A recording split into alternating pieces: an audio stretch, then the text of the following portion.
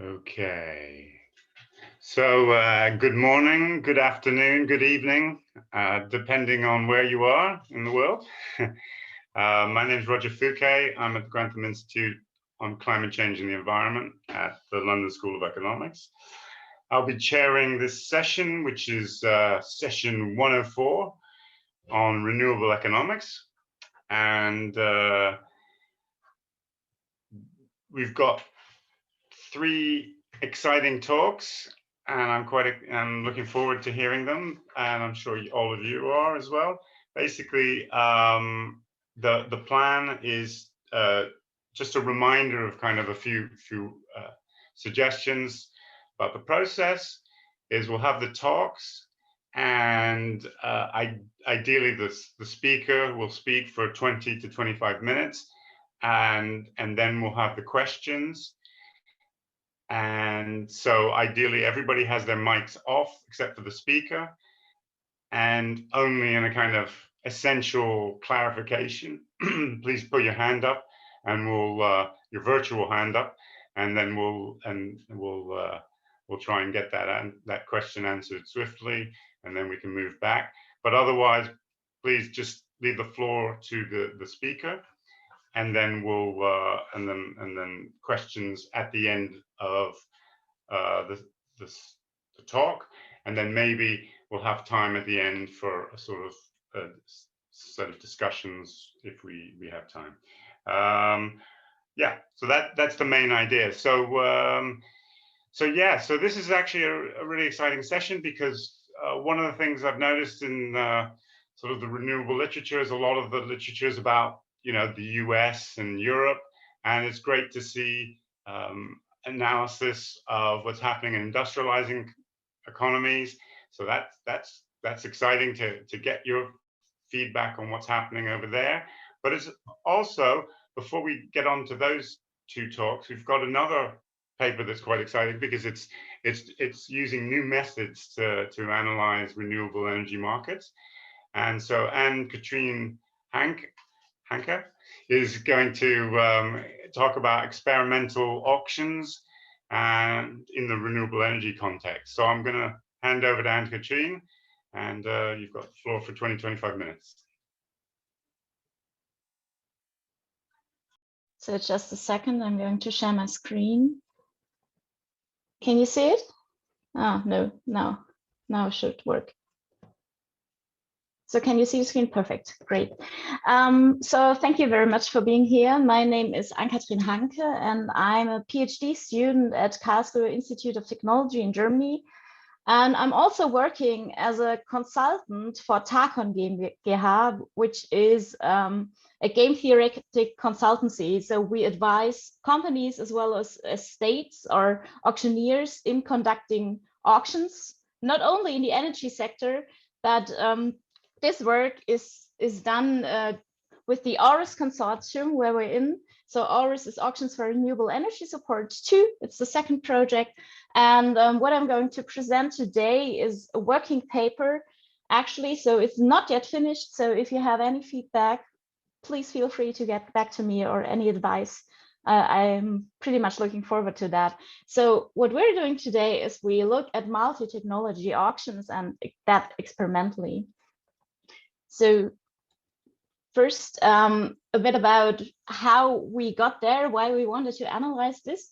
In the AURUS project, we look at auctions for renewable energy support in the EU, because it's a Horizon 2020 project. So we're really looking only here at EU and UK.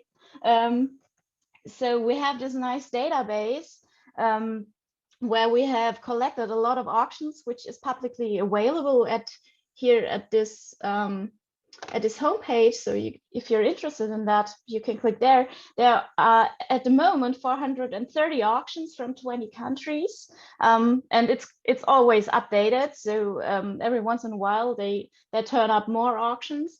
And of course, we included their technology specific as well as multi-technology auctions. So auctions, multi-technology, I refer to auctions where more than one technology is auctioned within one, so they compete against each other. And this database includes many different design elements. So what are the pre-qualification criteria? Do bidders have to pay like securities or penalties if they don't realize their project? What is the remuneration scheme used? What are the pricing rules? So for example, pay as bid or uniform pricing, those are the most common ones. So pay as bid, each bidder receives the price that he actually bid. And uniform pricing is that all bidders receive the same price that is determined within the auctions. So as I said, lots of different design elements, and also the information about the outcomes of the auction. So what are the prices? What is the competition level? What are realization rates? Stuff like that. But still, this database is not really finished yet. And at the moment, we have like 269 technology-specific auctions, most of them PV and wind onshore, and 106 multi-technology auctions. So there's still, and all of those are pretty different. So in different countries, the design elements and the remuneration schemes, like stuff like that, they're very different. So it's not easy to compare them on a really basic level. So what we want to do, we actually want to analyze what is better from an auctioneer perspective to conduct multi-technology auctions or technology-specific auctions. As I said, I'm from a game theoretic consultancy, so we're looking here from a very theoretic point of view, and the theory is really in favor of multi-technology auctions, and it is in terms of prices. So we expect lower prices in multi-technology auctions, and also in terms of efficiency. And when you're talking about auctions, efficiency means allocation efficiency. So that really those bidders are awarded that have the lowest cost, so that are efficient in that sense, that they actually can produce at the lowest possible costs. But that is just theory. I mean, as we all know, theory is quite it is not always the same as real practical evidence. So we wanted to take a step between the theory and practice and look at what can be said from experimental point of view. So that was actually a research question, to actually experimentally analyze the difference between multi-technology and technology-specific auctions.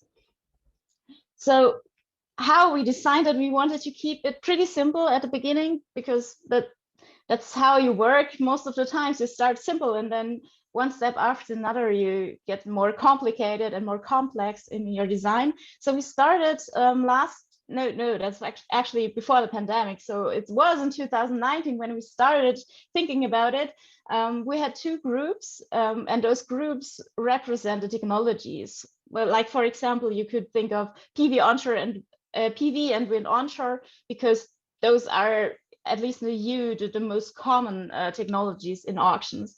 And we designed it that way that we have one technology which is a bit cheaper in expectation, that is, the costs are distributed on the interval 300 to 400, and the other technology is a bit more expensive, that is those interval between 350 and 450. So the intervals are overlapping. So even if you're from the more expensive interval, so from the more expensive technology, you could also win the auction, but it's not as it's more probable that the other technology actually wins because it's a bit cheaper. So we thought that might represent the reality pretty good. And as a start, we did it that way that each bidder only has one good. So that was the first experiment, just one good, so single unit supply. We have just bidders with one project that they want to build anywhere. And then we wanted to compare separate auctions for Group A and Group B. That is here. So we have a separate auction A with three bidders, one bidder XA, bidder YA, and bidder ZA. And then we have one auction for Group B. So the same, three bidders, just with costs drawn from interval B. And then we want to compare that with the joint auction, where all 6 bidders actually compete in this auction. And it's A and B together. So all of those here have a chance of getting awarded. And then we want to compare what are the prices and, of course, which bidders are awarded. Here, just bidders awarded from Group A because they're cheaper, or are also bidders from Group B awarded. And what needs to be said is we have 3 bidders here, and in the separate auction, only 1 good is auctioned. So only one of the 3 bidders can get the award.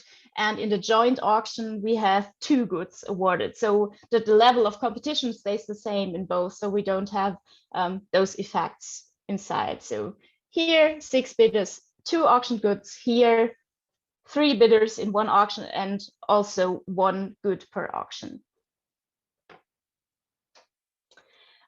We conducted the first experiment with 144 students at the KD2 lab in Karlsruhe, which you can see here. So that's a pretty nice lab where you have all computers in their single cells, so they don't interfere with one another. And we did the experiments with O3, so via the internet. They had to click through our field. And that's Python based. So if any one of you actually wants to conduct experiments, I really can advise this. This is pretty good and also pretty easy. And we had 40 rounds of auctions. We wanted to have a long run of auctions so we could also test for whether behavior changes, and also because bidders were in different groups, A and B, that all of those were given the same amount of money in expectation. So we had them change groups also. So in the first 10 rounds, for example, you played a separate auction in Group A. Then the next 10 rounds from 11 to 20, you also play separate, but in Group B. And then you switch again to Group A, but now in a joint auction for the next 10 rounds. And then the last 10 rounds were again joint, but in Group B. So that actually was the reason why all participants were basically paid the same, because their payments were based on how they behaved in the experiments. That's also pretty common in those behavioral experiments. And also we had several treatments in one treatment. As I said, you started with the separate auctions. In the other treatment, you started with the joint auctions, and you just switch the order. We also did a half stranger setting so that people were within one big group, but they didn't know exactly which people were in those big groups. And then this big group was divided in each round into the smaller auctions. So they knew, okay, I may have played with those people before, but they didn't know exactly what the people were to exclude for collusion, for example. So we didn't want to have this. And we also had 2 different kind of treatments. One is with pay as bid pricing rule. As I explained, every bidder receives what he bid, and every awarded bidder. And the other one was uniform pricing. So every bidder here received the same based on some criterion. So that was the second part of our research. We actually analyzed which pricing rule is in favor of the other. And based on theory, we had 3 hypotheses. The first one is that the average prices are lower in joint auctions than in separate auctions, which I explained before. Theory pretty much suggests that because all bidders are put into one pot, then the lowest ones are awarded, and then the prices are cheaper. The second hypothesis is that the degree of efficiency, so that those bidders are actually awarded which have the lowest cost, as I explained before, is also higher in joint auctions than in separate auctions. And the third one is that's also pretty common in and pretty famous in auction theory, that the outcome of joint and separate auctions do not depend on the pricing rule. This is called the revenue equivalence theorem. So under certain conditions, we do not expect to see any differences. And as I said, this can be set for many auctions, but only in theory, and in practice we often see that there is a difference. So we also wanted to test this experimentally. So those were a working hypothesis, and then we looked at whether those were actually true or not. So the first question, when we as I said, we conducted this round of experiments, and then the first thing was we looked at whether bidders behave irrational or rational. So whether we could use this results. And in the first table here, you can see that uniform pricing. I have here the results, which bidders bid higher than their costs. This is the first row, which bidders bid exactly their costs, and which bidders bid lower than their costs. And in uniform pricing, it's actually from theory, it's a dominant strategy, so optimal to actually bid exactly your costs. This is from theory. So actually, those bidders here in joint and separate, but 280, 260 here, those were actually behaving exactly according to theory. But also you could think that those who bid higher than their costs did pretty well, because if they're awarded, then they at least don't face a loss. But almost 50% of the bidders in uniform pricing here, that's 770 and 670, they bid lower than their cost. So if they're awarded, there's a chance that they actually get paid less than they have cost. So that was in uniform pricing actually a kind of a risk, which we also see in practice, that bidders tend to underbid because they hope that their price is determined by someone who has higher costs than themselves, so who also bid higher than their costs. In pay as bid, you don't have that problem actually, because here it's the same structure, but only, as you see, only 3% of bidders in pay as bid did bid below their costs. So only 24 here and 17 there. So that's really a good, and also bidding equal to their costs wouldn't give you any favor of winning, because if you're awarded, then you don't get any revenue, because you just get what you cost, so you don't have any revenue, a revenue of zero. So, but with this we could work, so that's a behavior that we actually see also in practice. So we thought, okay, our experiments can't be too far off the hook, so that was okay. So for some results, the first thing that was of interest is the difference in prices. And all of our results were actually significant on a p-level of smaller than 0.001. So that was pretty good. And we have a significant difference between the two pricing rules, pay as bid and uniform pricing, but also between joint and separate auctions. So you can see here, I printed here the average prices of all auctions together. So we see that pay as bid is, as well in the joint auctions and also in the separate auctions, cheaper here on average than uniform pricing. And also the joint auctions under both pricing rules in pay as bid and uniform pricing are cheaper than the separate auctions. So that was the first result. And also when we look at which bidders were awarded, we see that in the joint auctions, around 48% of awarded bidders were in Group A. So we see that the favored technology, the cheaper technology, also, as expected, to be honest, was awarded more than from Group B, which is the more expensive technology.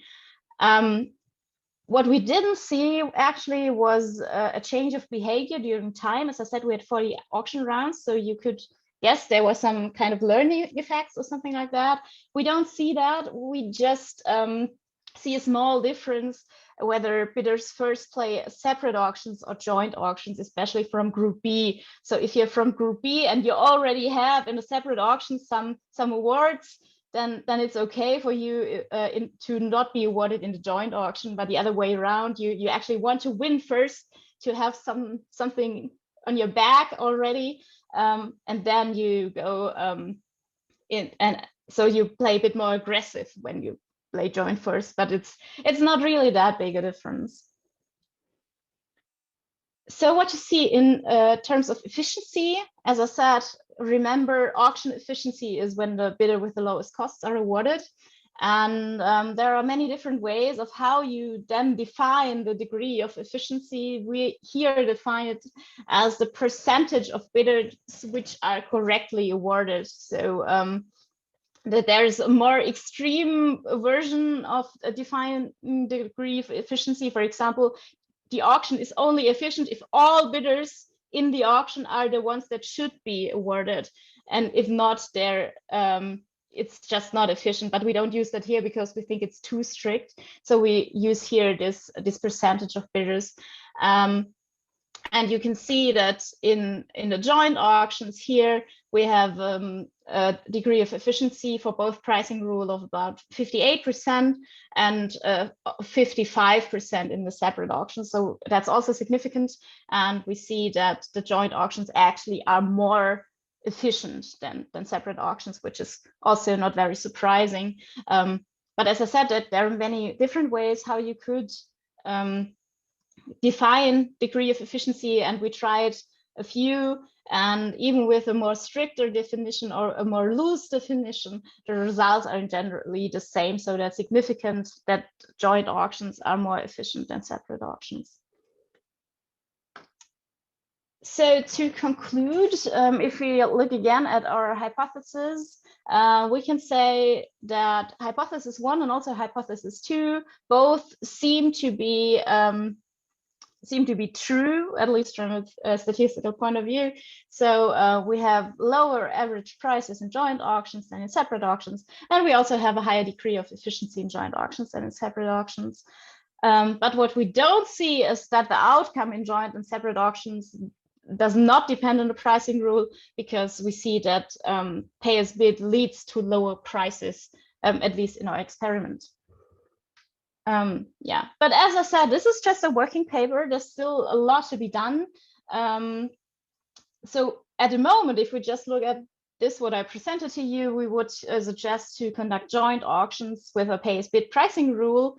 Of course, as long as technologies are somehow comparable. So if you have intervals which don't overlap, you don't have to do a multi-technology auctions, because one of the technologies won't have any chance of being awarded. So for example, if you do PV and biomass in most countries, biomass is just not competitive enough, so that won't work.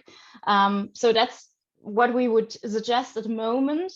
But we plan actually for a long time now to conduct further experiments, which have been delayed due to the pandemic, because students are not allowed to go in the lab at the moment. So this is still, yeah, we still wait for that. And we want to include in the next step multi-item supply. So that's something which is more real world practical, I think. So each bidder has more than one project. We see that a lot, at least in Germany, which I come from, that bidders have more than one project. So one, for example, in Bavaria, the other one in Berlin or something like that. So lots of projects. So we think this reflects reality a bit better. And then also we think about including a common value component, so that not each bidder has their own costs, but the costs have a common value component. For example, in PV, the modules, they're basically around the same value. So that they buy just these modules from someone else. So each project has the same cost component, at least. So we're thinking about including this as well. Yeah, but as I said, this is still work that need to be done. We hope at conducting them this year. So yeah, but if you have any suggestions or questions, please feel free to contact me here with one of the email addresses. It doesn't matter which. And if you're more interested in the work we're doing in RS2, please visit our website or subscribe to our newsletter. And then thank you for your attention. And yeah, feel free to give me your questions. Okay, Ann-Katrin, thank you very much. That was a fascinating talk on the experimental side of renewable auctions. So just checking if anybody has any questions. Feel free to. I think I see a hand there. Is Christoph? Yeah, fire away, Christoph. Yes, exactly. So thank you, Ann-Katrin, for that very interesting talk. I have two questions actually. So the first one would be, you have shown that quite a significant share of the students were underbidding their true costs. So I was wondering, maybe you also mentioned it and I didn't fully understand it, but did we have any monetary incentives? So were the students playing with real money, or is it possible that we did not really play seriously and were just like joking around a little bit?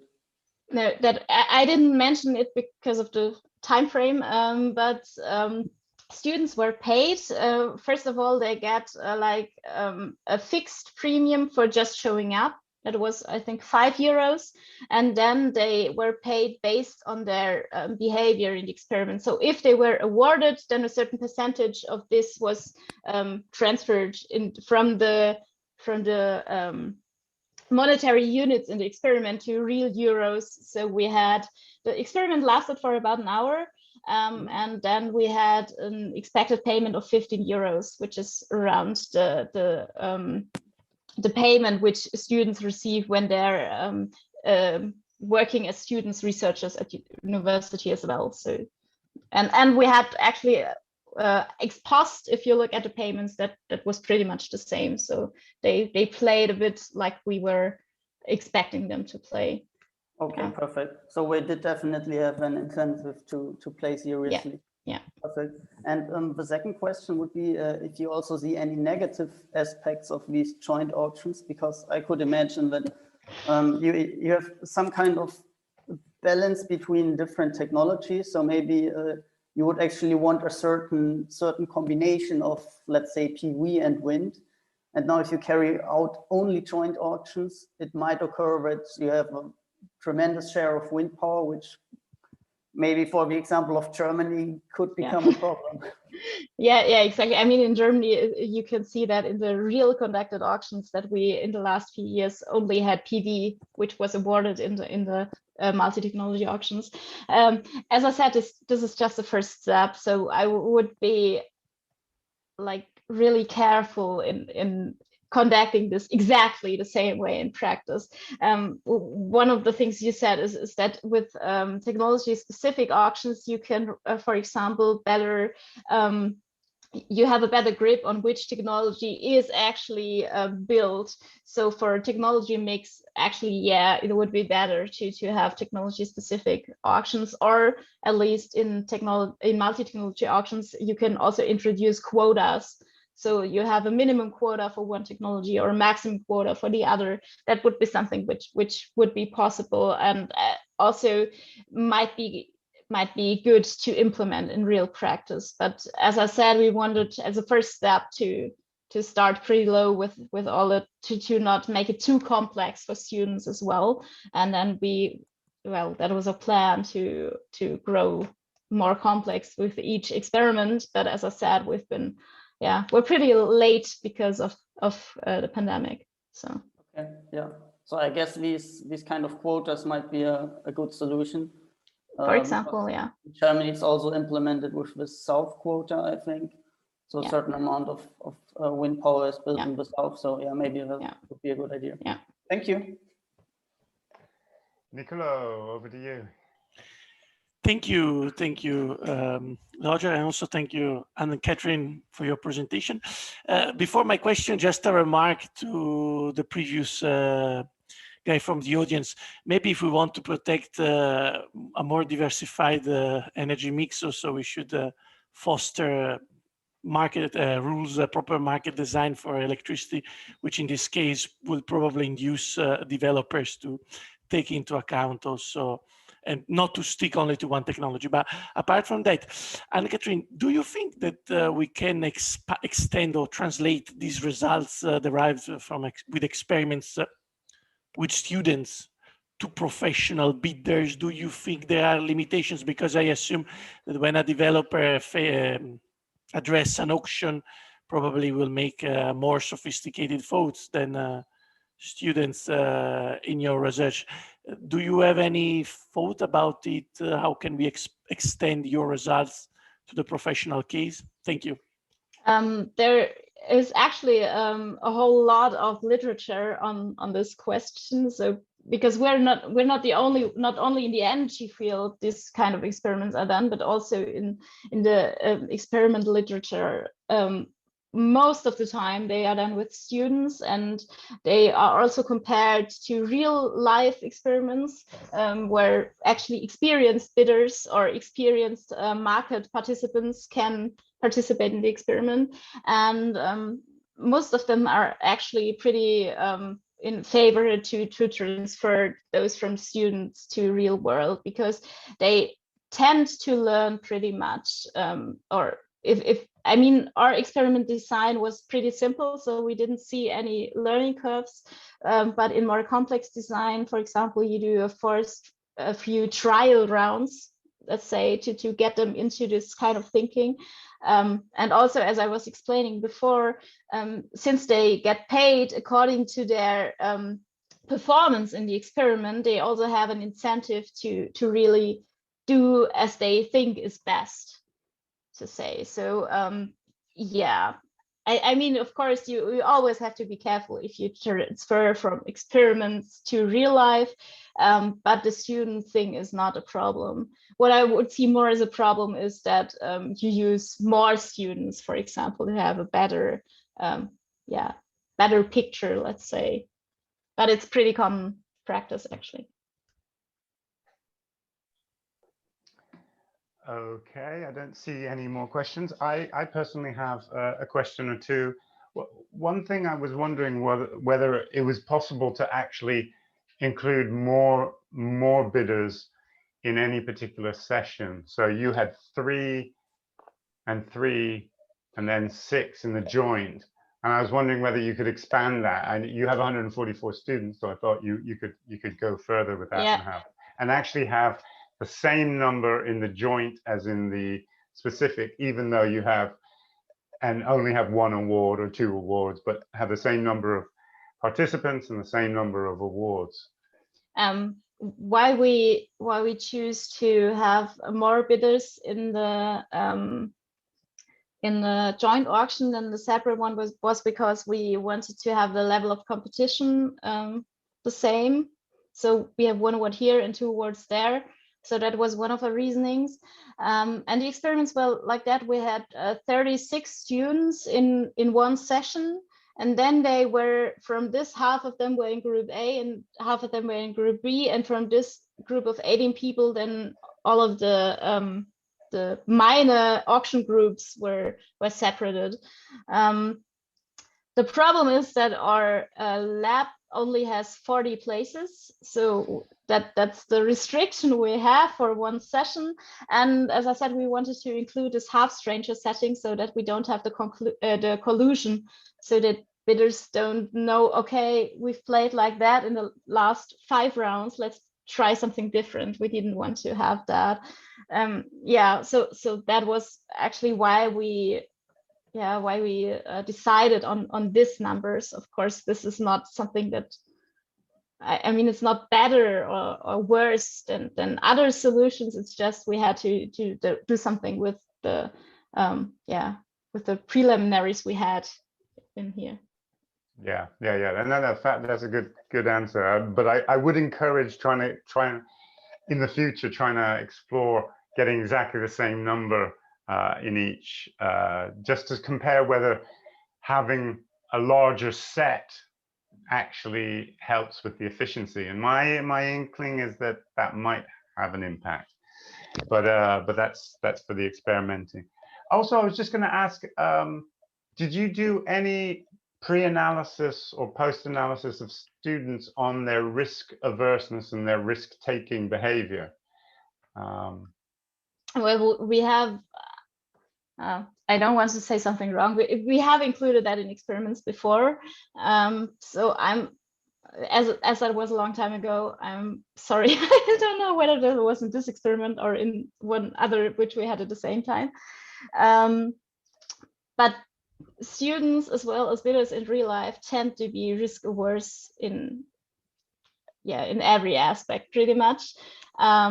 So that was in past experiments, that wasn't something which was really helpful for interpreting the results, because that was like the same in all experiments which we conducted before. So we didn't focus on it at least. So yeah.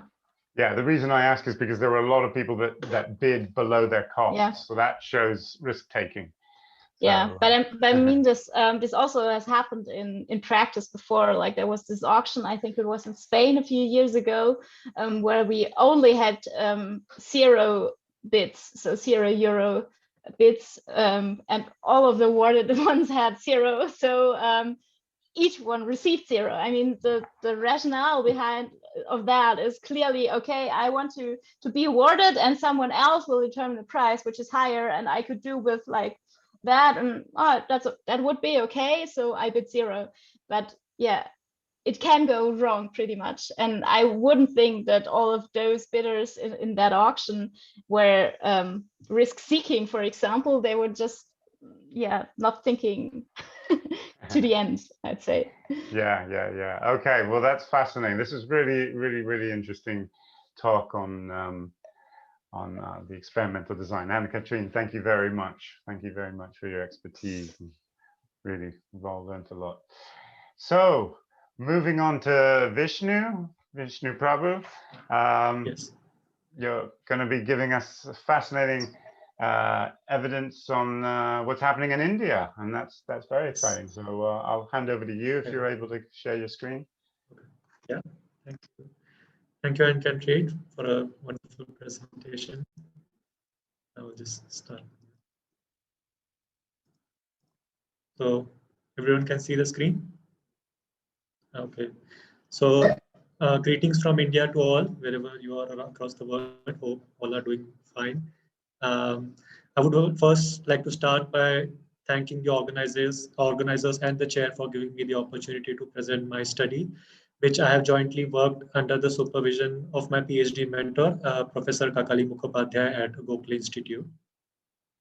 I start with providing a detailed background before we present our objectives. Then the modeling framework that we have applied, maybe the E3 India model, I present all its features and how it is applied in our study. We present the scenarios that we have developed, followed by the results. And finally, we conclude by giving a long-run RE roadmap for India.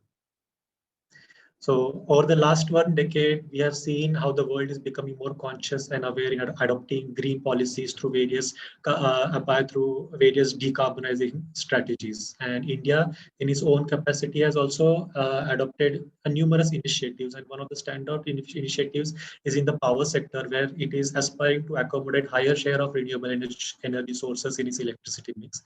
India is already endowed with tremendous RE potential, with 5,000 trillion kilowatt-hour of solar energy incident over India's landmass and 302 gigawatt of wind energy potential already existing, thanks to its long sea coast over the east, south, as well as the western directions.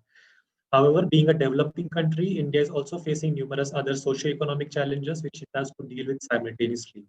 With a population of 1.25 billion and growing, the multifold increase in electricity consumption is currently primarily met through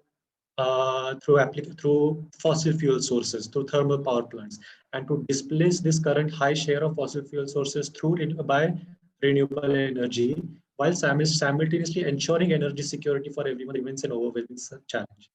Nevertheless, the government has taken this challenge head on by announcing that at the national level, they want to ensure 24/7 power for all, by complementing it with adoption of cleaner and renewable energy sources. This target is also aligned with India's commitment to the Paris Climate Accord of reducing energy emission intensity to GDP by 35%, as well as meeting its sustainable development goals of taking action against climate change.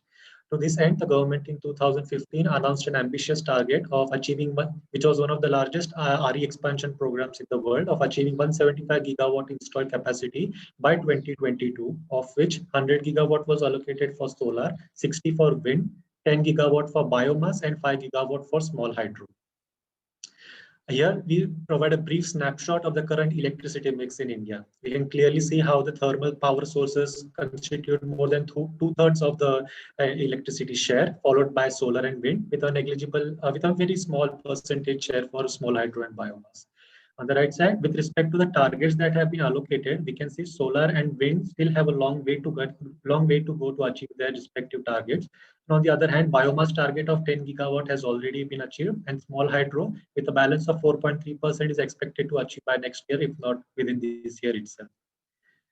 In order to pursue this national goal, the government adopted a decentralized approach where various states, as per their RE potential, were allocated different RE targets which they have to pursue within their own capacity. Of various states, 7 states were specifically considered as RE-rich states in India by NITI Aayog, which is a government policy think tank, and all the states again have to achieve their respective allocated targets by 2022. Here we show the distribution of the geographical distribution of the states. All these states are on the western belt of the country and are considered relatively more advanced states compared to those which are not highlighted here. And on the right side, we see the variation among state-wise balance to be achieved in solar and wind energy. Whereas Karnataka has already achieved its solar target, and some others are close to achieving, whereas there are others which have still a way to go.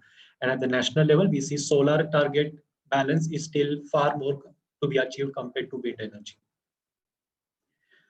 Given this background, we see that 47% of the RE capacity is still to be installed.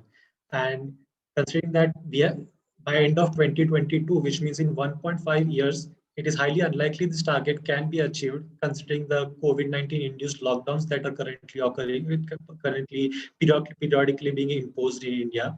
So within the time frame, it is very difficult to see the target being achieved.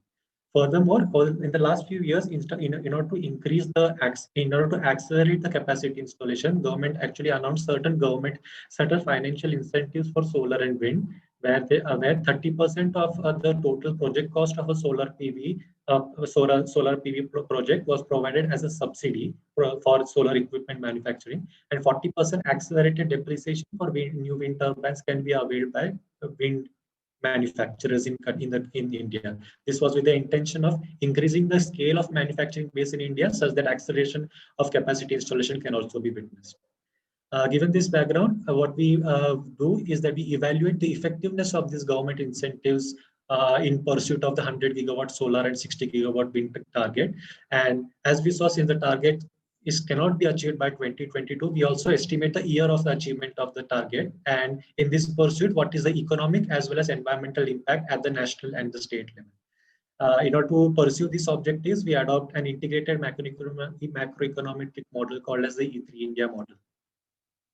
So E3 India model is a multidimensional model providing results at the intersection of economic, energy, and environmental dimensions at the national and state level. One of the unique features of this model is that it provides policy assessment tools at the state level, which is one of the biggest advantages compared to other economic models that are available currently in the Indian context. Some of the key features of the model is that it covers 32 Indian states and union territories spanning across 38 economic sectors. It provides details of energy use and CO2 emissions for 21 users with respect to the different kinds of power technologies that are currently available and power technologies which are used for the energy supply. It is a multidimensional model across 3 dimensions. It results across 3 dimensions, and it follows the Keynes-Leontief client framework for the simulation exercises based on the system of national accounting framework as well as the input-output analysis. It provides annual projections till the year 2035, and within the model there is a unique feature called as the future technology transformation. What this FTT model does is over the time periods, whether switching between power technologies occurs or not is something that is also being estimated. For example, depending upon the current market share of various technologies in terms of generation, as well as the impact of various economic factors through the multiplier effect, is there a shift of energy supply from one technology to other or not, is something which is also estimated by the FTT model. And the application of this is also something we will see in our results as well in the next few slides. In this, we provide the feedback mechanism of the model. So the economic activity that is provided in the model through the simulation exercise is recorded in the economy module, and that information is fed to the energy module, where the energy supply that is required to sustain this economic activity is recorded. And based on the power technology that is used to supply this energy, this data is provided to the emissions module, where CO2 emissions are recorded based on what power technology you use. In such a way, all these three modules work together for any simulation exercises that are conducted with the help of the model. Next, we provide a straightforward scenarios for our study. The business as usual scenario for pursuing the 100 gigawatt solar and 60 gigawatt wind capacity is forecasted with the help of the E3 India model. And in the RE scenario, for the respective capacity targets, we see the impact of this government incentive, that is 30% solar subsidy and 40% accelerated depreciation for wind industry, as was announced by the Ministry of New and Renewable Energy, Government of India. So given this, in this context, we present the results now. First and foremost, we estimate the year of completion of the targets given the two scenarios. We see that the 100 gigawatt capacity for solar industry can be achieved by 2029 in both the scenarios, whereas the 60 gigawatt wind target can be achieved by 2026 in the business as usual scenario. And because of the government incentive for wind industry, we see at least that the target can be achieved 1 year prior compared to the business as usual scenario. Whereas the effect of the solar subsidy in the solar industry is seen to be negligible because there is no difference in the year of completion. So overall, we see that as government incentives do not have a significant impact, though wind industry sees a marginal benefit of these incentives. At the regional level, we see large variations across states. There are only 3 states which are able to achieve the target by 2022, whereas rest of the states there is large variations. With overall, the impact of government incentives still remaining negligible, and the variations still among states still remaining high across industries as well as across states. Within the given time frame, however, we see a certain trends in the impact vis-a-vis the baseline scenario. We see that the wind industry across the states as well as at the national level performs much better compared to the solar industry. 2 main states, that is Andhra Pradesh and Madhya Pradesh, which are actually coal-based, though they have large RE potential, but currently it is predominantly coal-bearing states in India, and they witness high increase in wind capacity installation, and simultaneously we also see a decrease in coal capacity installation as well. Karnataka is another state which is a high RE potential state, also witnesses the same trends. This is one of the key indicators we see at the regional level, where RE capacity expansion is witnessed simultaneously with decrease in coal capacity installation as well. In the energy investment parameter, we again see the same trends, where wind energy outperforms solar industry by a large margin. One of the key reasons for this is, in India, the wind industry equipment, 80% of wind industry equipment in India is already produced indigenously within India. Whereas for solar industry, 80 to 90% of its solar modules is primarily imported from China and Malaysia, and to a smaller extent from other East Asian countries. Because of high import dependence, its impact on the domestic manufacturing capacity, the impact of government incentives on domestic manufacturing capacity remains very low. And whereas on the other hand, wind industry sees the effectiveness of these government incentives, and it makes wind industry a more lucrative destination for investment. The operation cost, we measure the levelized cost of electricity, which is a measure of lifetime cost. We see that due to economies of scale, where we see the higher capacity expansion for wind industry, we see a consistent decrease in LCOE for wind industry, whereas solar industry, after 4 to 5 years, it flattens, and then slowly the LCOE again starts to increase for solar industry. So here again, we see that the wind industry has a comparative advantage. In the indirect sectoral impact, the capital goods sectors, all 3 which are predominantly a part of the supply chain of solar as well as wind industry, benefit because of these the increase in capacity installation and investment vis-a-vis the baseline scenario. And because of, sorry, am I audible? I heard some internet issue I have. Okay, sorry about that. because of increase in investment and capacity expansion, we also see banking and insurance services also witness moderate increase to assist this capacity expansion as well as investment activity. At the environmental level, again, we see the states which show large increase in wind capacity simultaneously with decrease in coal capacity, witness larger decrease in CO2 emissions within their state economies. Whereas at the national level, the impact remains highly insignificant because there are only 2 states which are set apart from the rest of them. But on an aggregate level, there's still large variation among states. So at the aggregate level, the impact on the national economy still remains insignificant. Where only 0.2% decrease in CO2 emissions is seen. Overall, we see, considering all the economic parameters, we see the wind industry is a far better performer compared to solar industry, primarily because it already has a strong domestic manufacturing base. Because of it, the effectiveness of these government incentives is also seen within the wind industry compared to solar industry, which is highly dependent on China and Malaysia for its solar module imports, which is because of a cheaper alternative they find.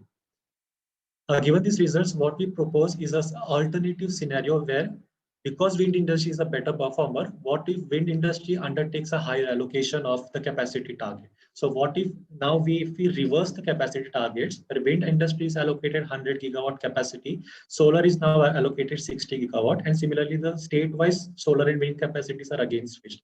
This do to see what is the impact on the economy in terms of time frame of completion, whether are we able to achieve the targets more efficiently and more productively or not. So given this alternative scenario, what we see is that when we switch the targets, the year of completion is also switched between wind and solar industry, where solar is now able to achieve the 60 gigawatt target by 2025 and wind is achieving the target by 2029.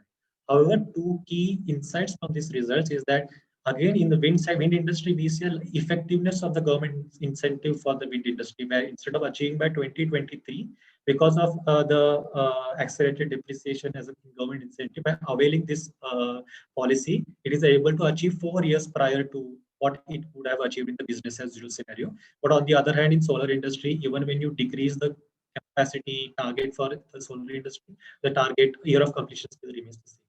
On the other hand, regional level, again, there is still a large variation among states, where some states like Karnataka and Andhra Pradesh are achieving the target for different technologies by 2022, whereas rest of the states, again, there is variation, even after we switch the targets at the regional level.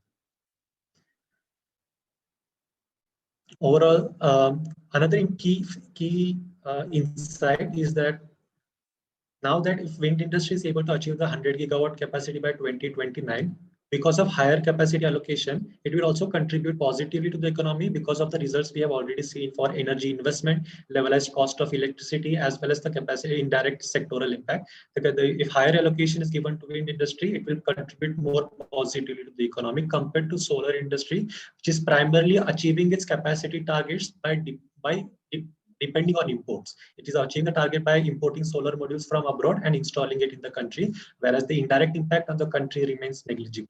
That's why this is one of the key insights where if wind is given a higher allocation. Here, the last section, I would like to conclude by providing a long-term framework for the RE sector in India, considering the results we get from our study. In the long run, India set an ambitious target of 450 gigawatt RE capacity to be achieved by 2030. Of this, currently 280 gigawatt has been allocated to solar. Half of it, that is 140 gigawatt for wind industry, and 30 gigawatt is to be displaced among small hydro and biomass. Given this allocation and based on the results, we propose some strategies. In the short to medium run, we highly propose imposition of import duties on solar modules which are imported from abroad, cheap solar modules which are dumped in India. This is extremely essential for capacity building of the domestic solar industry in India. Or otherwise, the impact of solar subsidies still will remain negligible, because at the current solar subsidies, the importing of solar modules still remains a cheaper alternative. So to increase the solar domestic manufacturing capacity, imposition of import duties is essential. However, it's also known that it will still take 5 to 6 years to become a competitive solar industry. It become competitive towards imports, as well as becoming competitive enough compared to wind industry as well. It will take time for the solar industry. On the other hand, the states which have achieved the target by 2022 should continue with their high annual installation levels. This is because some states we have seen, even after switching the targets or pursuing the targets that are allocated right now, just some states are lagging far behind compared to some states which have already achieved the target. If they keep pursuing their high installation levels, it will aid India in pursuing the national target and keep a balance. In the long run, considering the results that we get, we highly suggest rethinking of the allocation of the targets of the 450 gigawatt national long run target. This is because from our results, we have already seen that wind industry is a much better performer to solar. So if higher allocation is given to the wind energy, and simultaneously it can decrease the burden on the solar industry to achieve this huge target of 280 gigawatt by 2030, where results show that it's still not in a position to achieve that, as wind energy has shown some indications where it can undertake larger allocation. And moving beyond solar and wind, one interesting addition is that currently in a 175 gigawatt target, the government only considers small hydro projects, that are hydro projects which are less than 25 megawatt in capacity. In comparison, the large hydro projects which are greater than 25 megawatt capacity, only recently in 2019 were also considered as a renewable energy source in India. So the allocation of large hydro projects capacity expansion should also be now accommodated in the 450 gigawatt capacity, such that solar, wind, and large hydro, as well as long-term goals for biomass together, can ensure a balanced RE growth trajectory in India instead of depending only on solar and then secondly on wind. We can have a more balanced portfolio. Lastly, the state-specific policy interventions we propose, because we have seen that even though Niti Aayog has considered these 7 states as RE-rich states, we still see large variations among states. This is one of the reasons is for the 175 gigawatt, the national government allocated the RE targets based on their whatever RE potential that was studied. However, due to various socioeconomic or political issues, states are not able to achieve the target. So what we propose is, what if states, by conducting their own feasibility studies, by conducting their own analysis, they come forward with and announce a particular target that they think can be realistically achieved by 2030. In such a way, the target can be achieved more productively and efficiently by 2030, such that it can pursue the national target can be achieved within the given time frame, and at the same time, the international commitments to sustainable development goals and Paris Climate Accord can also be more productively pursued and achieved. So with this thought, I would like to conclude my presentation. Thank you so much for your patience, and I would be happy to take your questions now. Vishnu, thank you very much. Very interesting talk and a very broad coverage of what's coming ahead. So fascinating. I see Jeshri, we've got a question from you. Do you want to ask your first question? Hi, this is Jeshri here. Am I audible? Yes, hi. Hi Vishnu, very nice presentation. Hi. Nice to see another Indian working on the Indian scenario. And I just wanted to know, what are the major roadblocks as to why the allocation for wind has been so much lesser in comparison to solar energy in India, because of which solar is getting more attention, despite the fact that from your study it has come out that wind energy has much more potential to perform better in India. So do you know about the roadblocks because of which, or what are the justifications from the literature for which wind energy has got lesser attention? That's all. Yeah.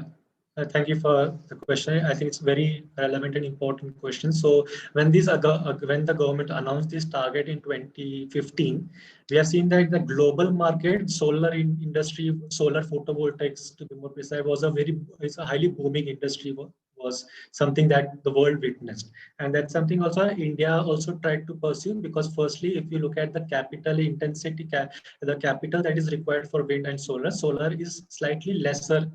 Capital investment is required for solar PV plants.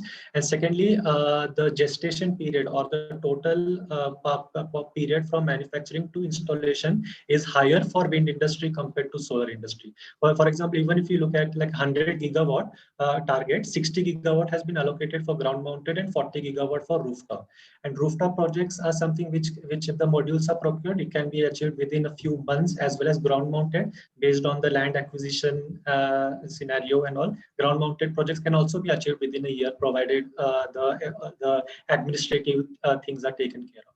Whereas on the wind industry, the production of wind turbines, the wind turbines are like 100 meter in height, and the blades as well as procurement of various electronics, rotors, nacelle of the wind turbines is a highly time consuming process. And secondly, the land acquisition required for a wind farm is much more time consuming and much more costly compared to solar industry.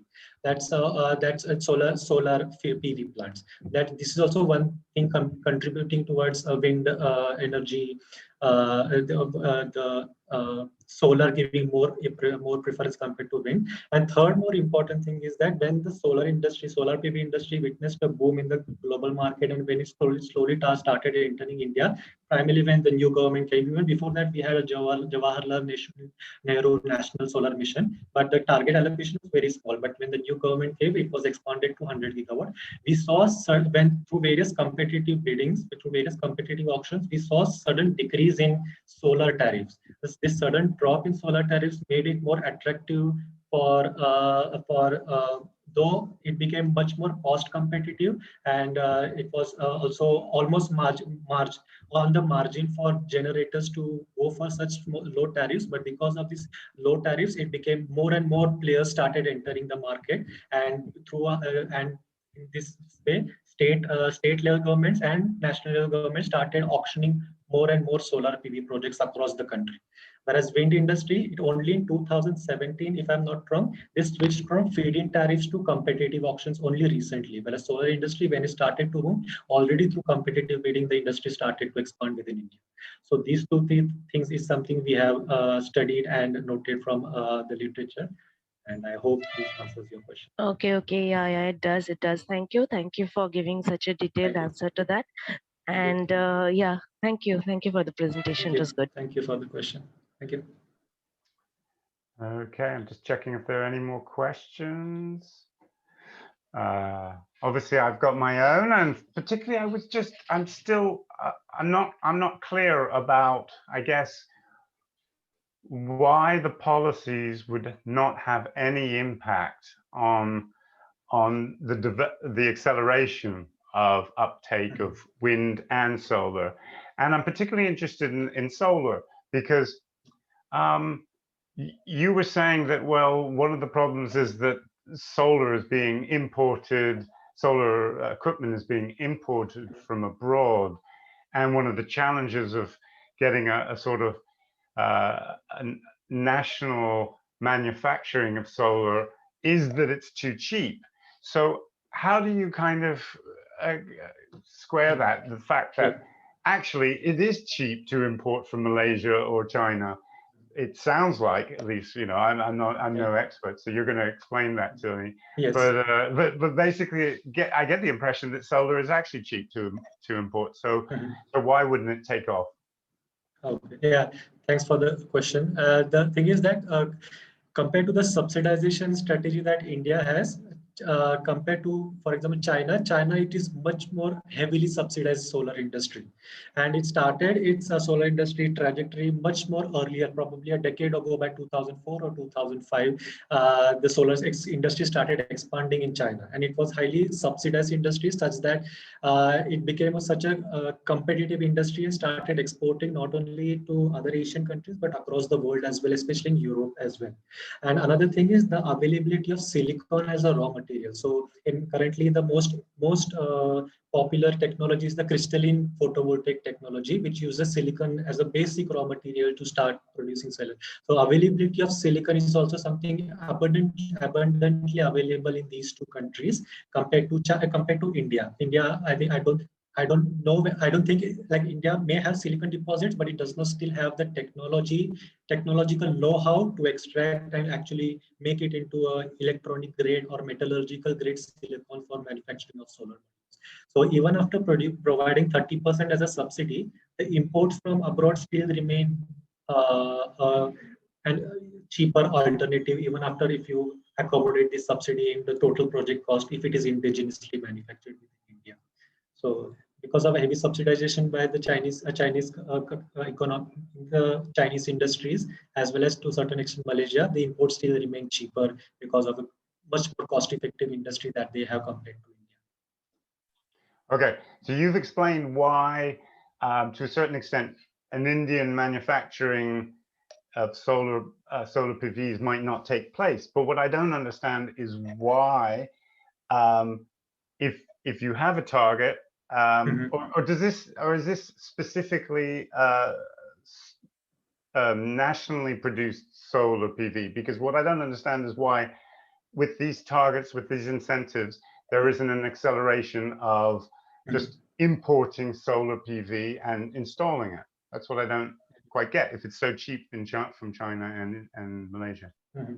Yeah, so there are private sectors involved across the country, and the solar auctions are done by the central government and the state governments.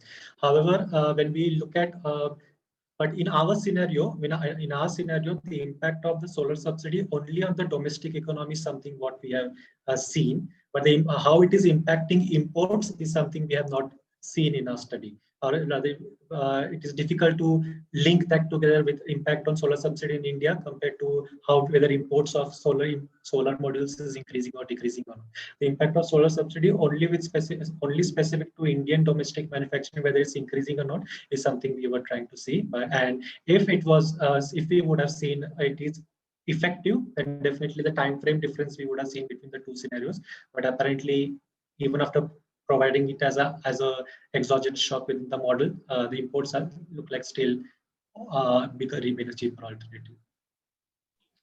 Okay, so what you're saying is that, yeah, I appreciate that now. How much the domestic industry is contributing to the economy is something we were trying to see. Only the domestic, so the subsidy is still not increasing the capacity, domestic capacity to contribute towards the capacity installation target, and it still continues the same trend unless the subsidy levels is much more higher, becomes much more higher as we have seen in the Chinese industry as well as other East Asian countries. Okay, yeah, so that's one of the interesting, fascinating questions, is whether you want to kind of push with the sort of domestically produced, and actually what you might do is delay the uptake, because what you're going to do is you increase the price of imported, and so you might have a year of 5-year gap. There will be a gestation period for the solar industry to catch up to that level, but that's in order to become more self-reliant in solar industry, that's probably it could be another scenario where there is the imposition of import duty. At the same time, if the government has that kind of revenue, it can increase the solar subsidy even further to protect the industry and help it increase its capacity.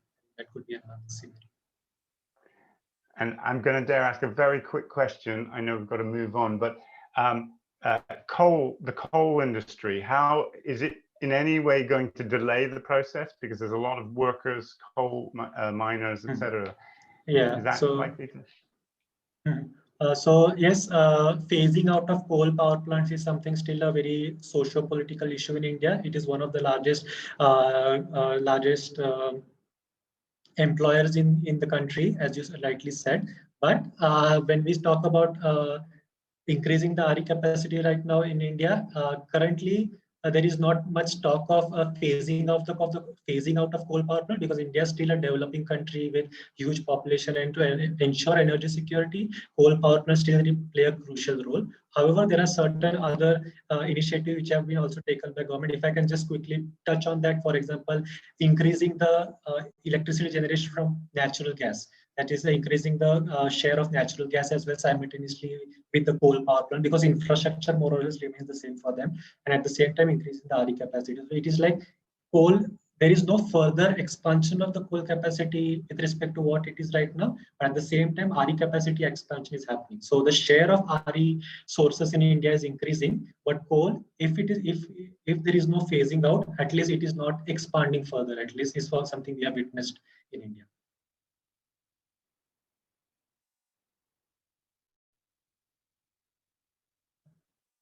Sir, you're on mute. On mute. Yeah. Thanks. And thank you for the answer. That was the very succinct answer. Okay, we're going to move on from India to Indonesia. Yes, sure. And we've got Shochrul, who's going to present her analysis. We're going to be continuing with the question of solar PV and how it spreads across the country. So another fascinating and nicely linked talk. Over to you, Shochrul, and you could share your Let me share screen. my screen. Okay.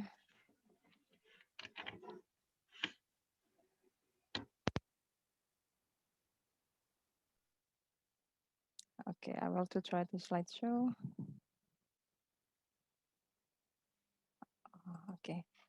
Okay. Is it okay if I didn't fulfill the slide, but only like this? Because it is heavy. Okay.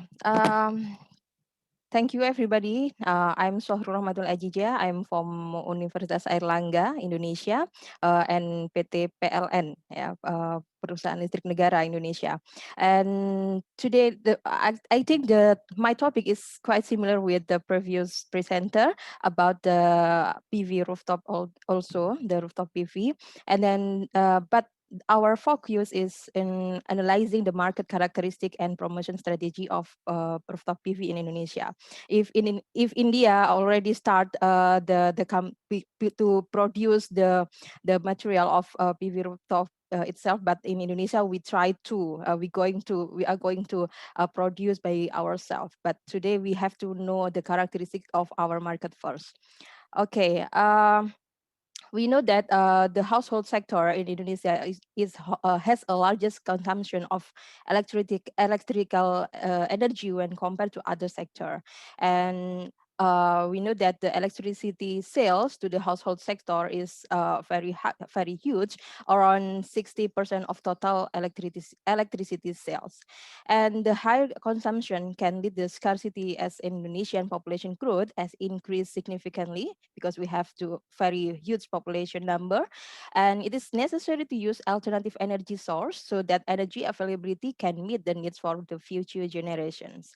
And some of the potential energies are a substitute for non-renewable energy, for example, like hydropower, geothermal, biopower plants, biofuel, solar, wind, and marine energy. But we now focus on the solar panel. And the solar energy has the greatest potential.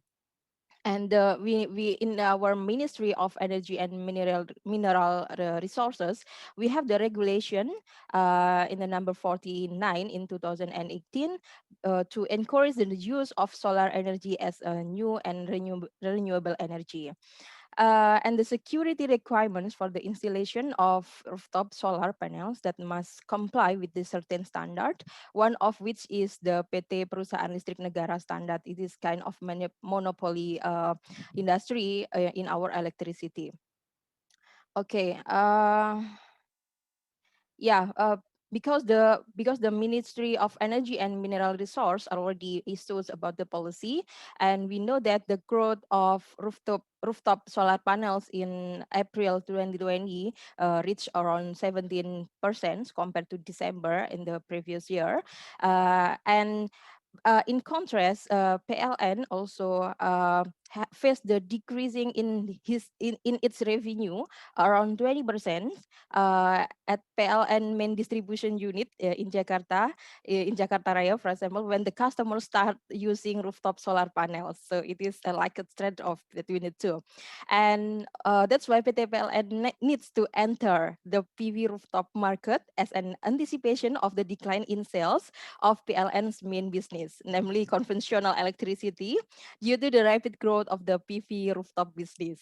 So today PLN can accelerate the target of achieving the use of the EBT level until 23 by 2025 as a solution to meet customer demand in green energy. So that's why because of this problem, so PT PLN can determine the right promotional strategy in targeting target customer. This study focused on analyzing the characteristic of the PV rooftop market in Indonesia and the current position of PT PLN in the PV rooftop market in Indonesia. We have to understand about our position and also the benefit of each customers who install the PV rooftop. So after that, we want to know about the financing scheme for customer related to savings and financing for purchasing PV rooftop with credit scheme or projected loss for the PT PLN for PLN. Okay, in Indonesia, we have three kind of solar PV system: on grid, off grid, and hybrid. But under the PLN is on grid, and the off grid is prohibited. Actually, it is illegal. It is illegal, but in on grid we have it is already legal. And this is the government policy regarding the solar power development about fit-in tariff, local fair policy, and also rooftop or PV solar system. It is already issued in 2018. There are 5 customer procedure. For the first of all, the customers apply for a subscription to the rooftop PV system by attaching some administrative and technical requirements, and then PLN evaluates the administrative and technical requirements no later than 15 working days after the complete documents are received, and then business entities carry out the construction and installation PV rooftop and inspection of PV rooftop installation to issue an operation acceptable certification, and then the customer pays the cost of supplying and installing the export import kilowatts meter. The PLN lastly unit provides and install export import installment. And then the rooftop PV marketing strategy based on the some strategy in order to increase the demand for the PV rooftop. And our methodology, we did the qualitative method. We did the focus group discussion, separating the questionnaire and in-depth interview. And also we analyze from the data we got. Okay, the data collection, we did the offline survey in Jakarta, East Java, and Bali. Why in this area? Because the number of users of PV rooftop is most of them are in these areas, and the respondents are consisting of 20 around the existing users and then the potential one. Okay, so these are our background, the background of our respondents. The aggregate, this is from the customers. Most of them are in Jakarta and then also Bali. And the third one is in Surabaya, is Java, near with Bali. Okay, this one based on the gender, the respondents are most of them are male, and then around 21 and until 30 years old. Okay, the education, most of them are the bachelor degree, and then the location are in downtown and the suburban area. Okay, based on the occupation, most of them are entrepreneur and also the private employee, and the household member, the average around 4 household members. Okay, and the monthly income, most of them are less than 5 million, but and they are also in the second large number is in 5.1 until 10 million rupiah in a month. Okay, so this one based on the from the business. Okay, and then this is from the business respondents. We have the existing industry. It means that they already use the solar PV, and then the other is another in is the potential industry. So this is the profile of existing industry. Most of them are in Jakarta and also Bali.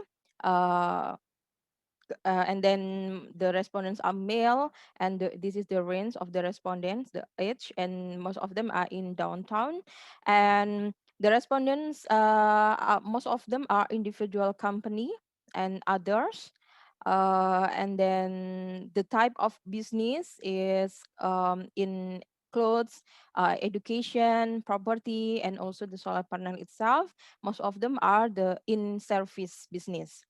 Okay, so this is based on the area.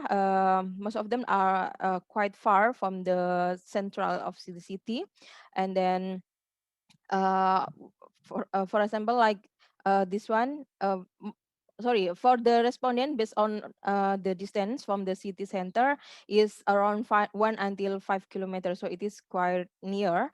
But based on the area, this is quite far from the principle of the city. Okay. Okay, so this one, this condition, the number of workers are still, most of them are still in small enterprises. Okay, this one, the potential respondents, also from Jakarta and Bali. The range of age are around 20 until 30 years old, and most of them are male. Okay, based on the business form, individual company. So I guess the characteristic is quite similar with the existing one. Okay, in this analysis, we focus into two aspects. The first one is aspect of supply and also aspect of demand. In the aspect of supply, we try to refers to the legality aspect. First one, I mentioned before about the law of number 30 of 2009 concerning the electricity has covered community participants in energy supply, and also the law of the Ministry of Energy and Mineral Resources. Okay, so the BV technology market share, this one is the fluctuation, different material types since in 1980. Uh, and then, okay, in Indonesia, we still have several vendors of PV rooftop, but this one is in the area we separate the questionnaire. They are still very rare, the number of vendors, so it is the opportunity, for example, like PLN, to enter the market. Okay, how to buy an installation procedure. Most of them most of them got the information from the friend or relative, and then also from the vendor of PV rooftop. The duration of installment, they around 2 years. So, and then from the respondents, they also answered that most of them are paid in cash, not in installment. Okay, so the initial cost is around 25 million rupiah. And the respondent said the price is quite expensive. Yeah, expensive and also very expensive. Very expensive. Only 19% they said that it is cheap. Okay. The PV rooftop installation service option, most of them are from the private vendor, only 16% from coming from the PLN. Uh, the ease of PV rooftop installation license procedure, most of them answer agree. So it means that it's very easy to install the PV rooftop itself. And the case of regarding the PV rooftop is very rare. No one, they said that no one occurs during the installation. Maybe one or two cases, for example, like the minimal roof area, trees, and additional fee, etc. Okay, the installation cost, I mentioned before, it is around 10 until 30 million rupiah. And the survey results show that 71% of the existing household PV rooftop users say they get a guarantee from the PV rooftop vendor. Okay. So now from the aspect of demand, the profile of potential respondents who are interested in installing a PV rooftop, this is a household. Um, and then the percentage of the respondents who are interested in using PV rooftop is dominated by the male gender. Jakarta and Bali have a greater interest in using PV rooftop compared to other districts or cities. And then the respondents who have a high interest in using PV rooftop are respondents whose houses are in the middle of the city, with the percentage is around 46%. Okay, the interest in using PV rooftop is dominated by families with 4 members, and the respondents who show that most interested in PV rooftop have a latest educational background of undergrad, around 49%, and the majority of respondents whose jobs are private employees and entrepreneurs. Okay, the prospective customers who have the potential to install PV rooftop have an average monthly total income 5.1 until 10 million rupiah. People with the status of their own homes are more interested in installing the PV rooftop, is around 62%. Okay, and then the potential customers who have the potential to install a PV rooftop also have a house with an area of less than 100 until 200 meter square. Based on these figures, it shows that the average person has electronic goods in the form of such as refrigerator, television, air condition, and so on. Okay, so now the profile of potential respondents who are interested in installing PV rooftop in industry. The industry is interested in installing or using PV rooftop if the business location is also in the middle of a city of or suburb. The form of business or industry that is interested using PV rooftop is dominated by the incorporated business form. As for the type of business, services is the type of business that is the most interested in using PV rooftop. Okay, industries or business that produce product in the form of property also are industry or business that are most interested. In addition, the number of business room owned by the industry or business that are interested are around 6 until 10 rooms. Okay. So now we evaluate the advantages of using rooftop PV. The use of rooftop solar electricity has an economic advantage in the on-grid class, namely that it can reduce the PLN bills. The savings are obtained according to the type of PV rooftop used by the users of rooftop solar electricity and the amount of electricity used, because the use for household and industry has different usage capacity. So this one from the PERT test, and it is confirmed that there is significant difference between before and after they use the PV rooftop. Okay. When we ask about the weakness of PV rooftop, most of them answer the price. About the price, the price is too expensive. We know that we also import the material of PV rooftop from China. Most of them are from China, but Indonesian customers still said that the price is too expensive. And also this is depends on the weather. Maybe in Indonesia sometimes we face the cloud weather, so that's why even we are in equator line, but the problem sometimes in the weather. Okay. Okay, so now about we use the factor analysis to analyze the reasons why they use the PV rooftop. We conclude that there are 4 factors. First, the culture. Yeah, the culture, because it is easy to find in their area, and then in accordance with their life and modern society, because it reflects the culture in their environment, and the environment also used to use it. It is influenced by their role and status in society, and also because it is practical and easy to find. The second factor is about the environmental awareness. The items are including because they want to reduce the air pollution, because they want to contribute in conserving non-renewable fossil energy, because they want to apply, they use the green energy, because the solar power is sustainable source source of energy, and also they want to be the person who start the PV rooftop usage movement in Indonesia. And the third factor is technology knowledge, because following the current trend, and also because considering today's popular technology reflects self-identity, and also due to the perception of advertising. And the last factor is loyalty. So they keep using PV rooftop even though they didn't know whether that is expensive. Um, they also still use PV rooftop even though they know that currently it is imported from abroad, and because of the peer influence. So peer influence is very influential in this aspect.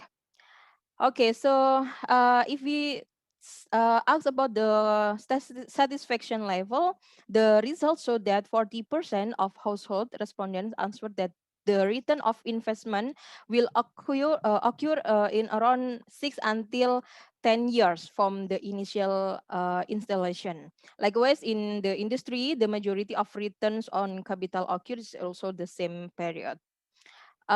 Benefit and cost comparison, both household and industry customers said the benefit are worth the money, but in the long term. So they have to invest in the first time, but they will benefit in the long term. Okay. Yeah, they said that the more money saving and electricity backup, able to accommodate bigger loads and etc. Okay.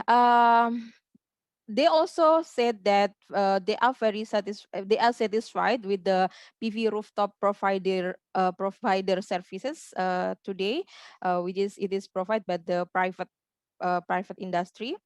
So now we talk about the prospect for PLNs itself in involving the indoor rooftop PV business in Indonesia.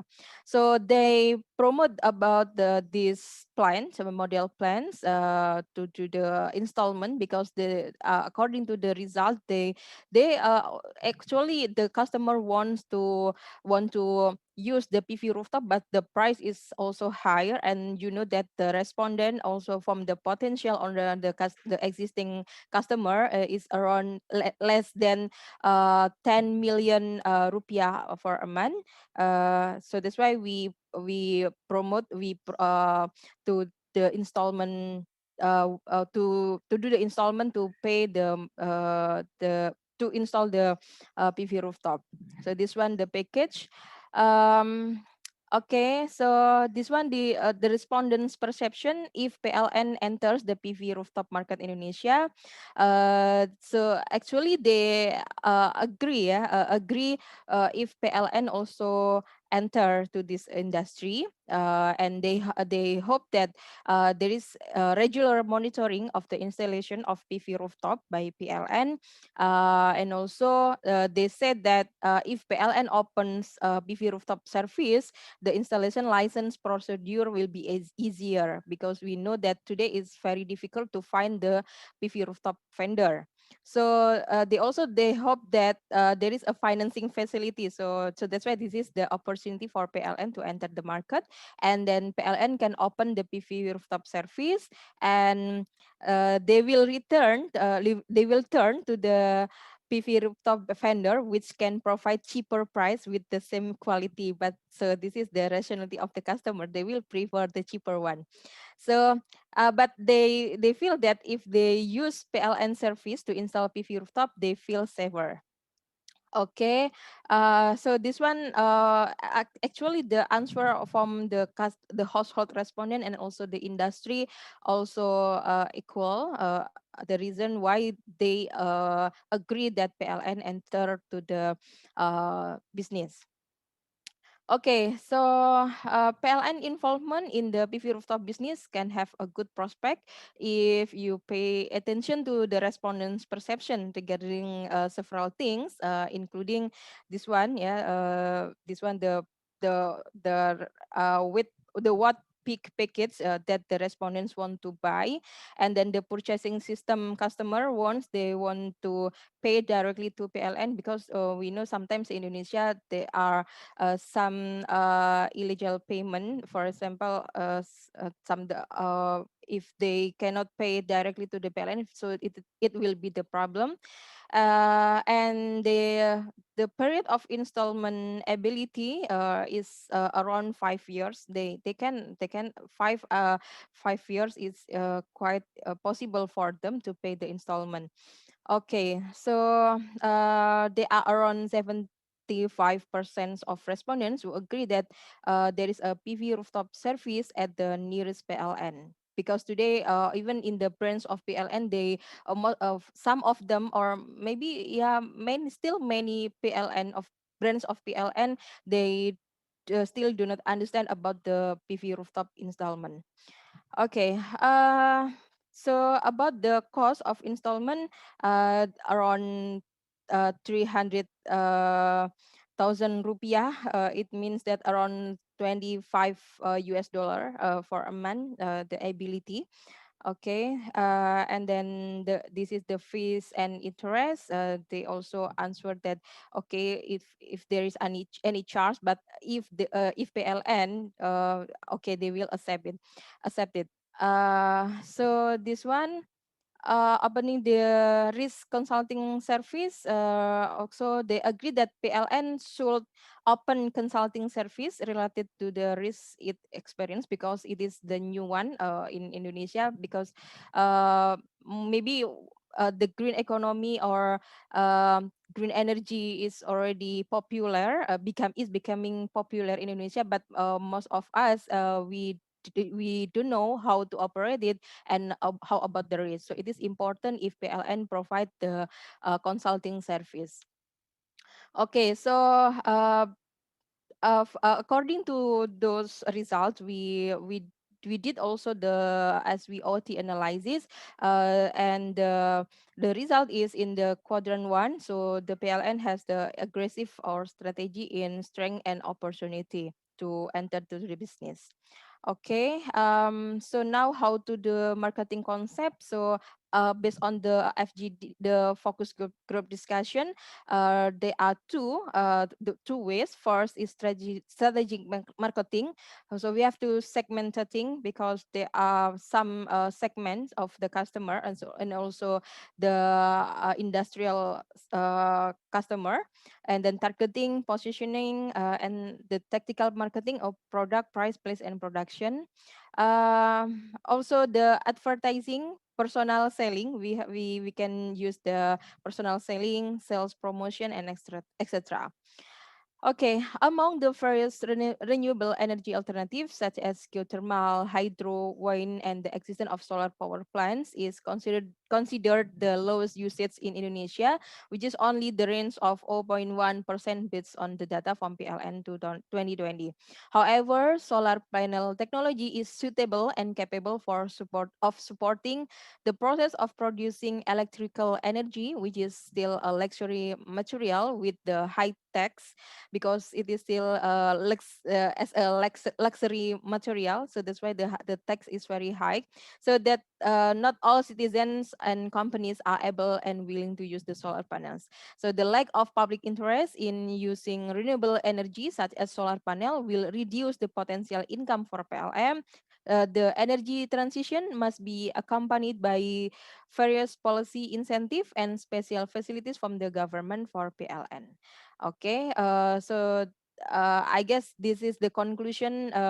So we, according to the condition, we can say that this is still big opportunity for PLN as a monopoly firm in our electricity industry in Indonesia, to also enter the market to the PV rooftop. Okay, I guess it is all my presentation. Thank you for the opportunities.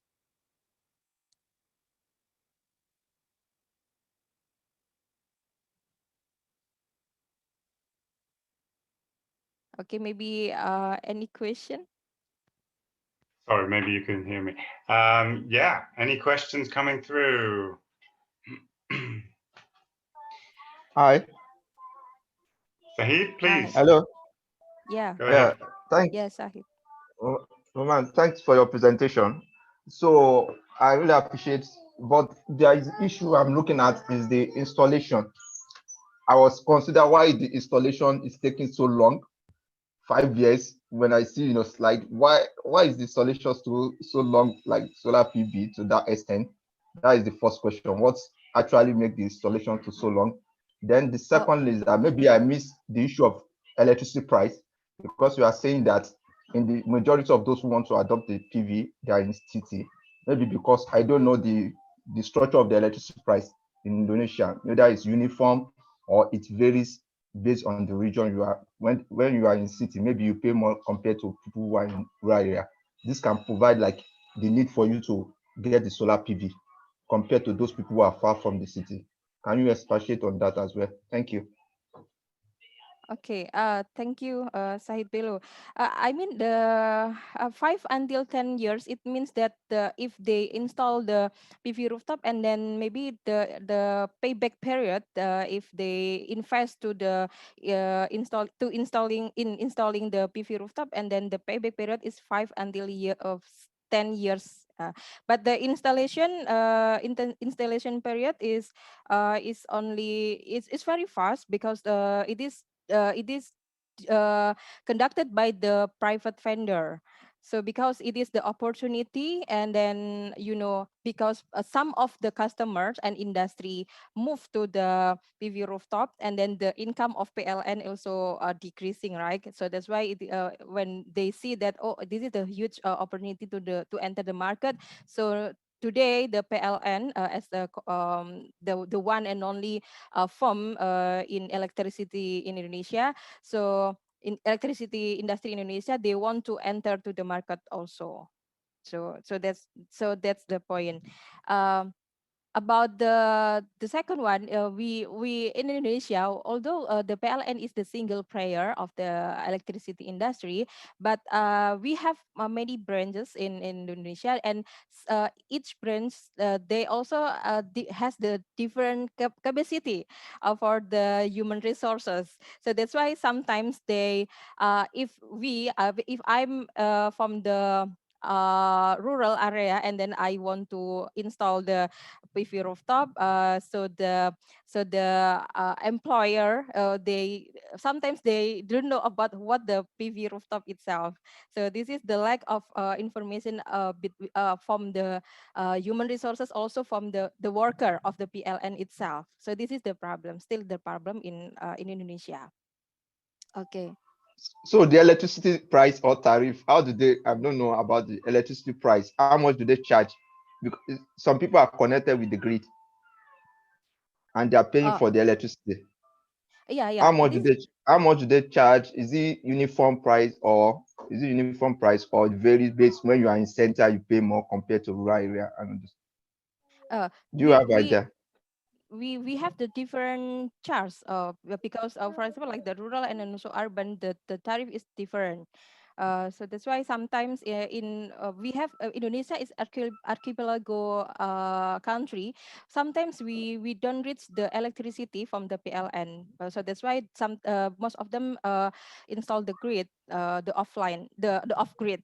So that's why in order to get the electricity. But today the PLN also has a program for example, to put the electricity to all our area. But sometimes that's still problem if they have for example, like the remote area. So that's why. Okay, thank you. Okay. Any more questions?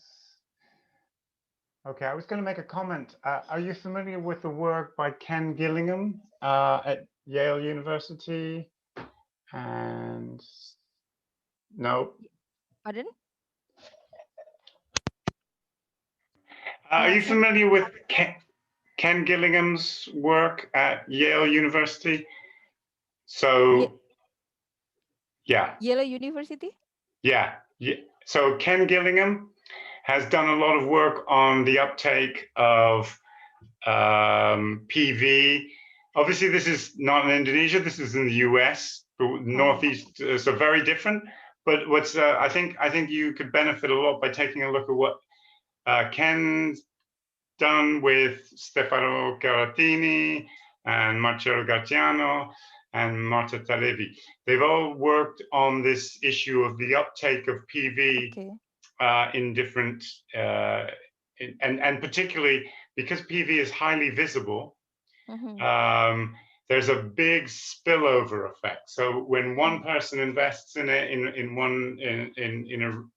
a neighborhood, then other people will start to invest. So I think you should really take a look at his work. Okay. There's a big literature on it, on the sort of the influences of consumer adoption of PV. Thanks for your information. No problem. I think it's worth checking out and very interesting. And that's one of the interesting things, is that a lot of the people that you're talking about seem to be highly educated, wealthier people. So clearly that's going to have an effect on sort of the adoption, and maybe sort of a little bit of inequality going on there, but I think that's inevitable. Such an expensive investment, isn't it? Expensive investment. Yeah, because they feel that okay, my environment, my neighbor or maybe my colleagues, they install the solar PV, and then okay, I will follow their habit. So that's why okay, even when the price is expensive, they also install the PV solar PV rooftop. Yeah. Yeah. Okay. Thank you very much. Yeah. Thank you. Thank you. I don't think there are any more questions, and we're a little over time now.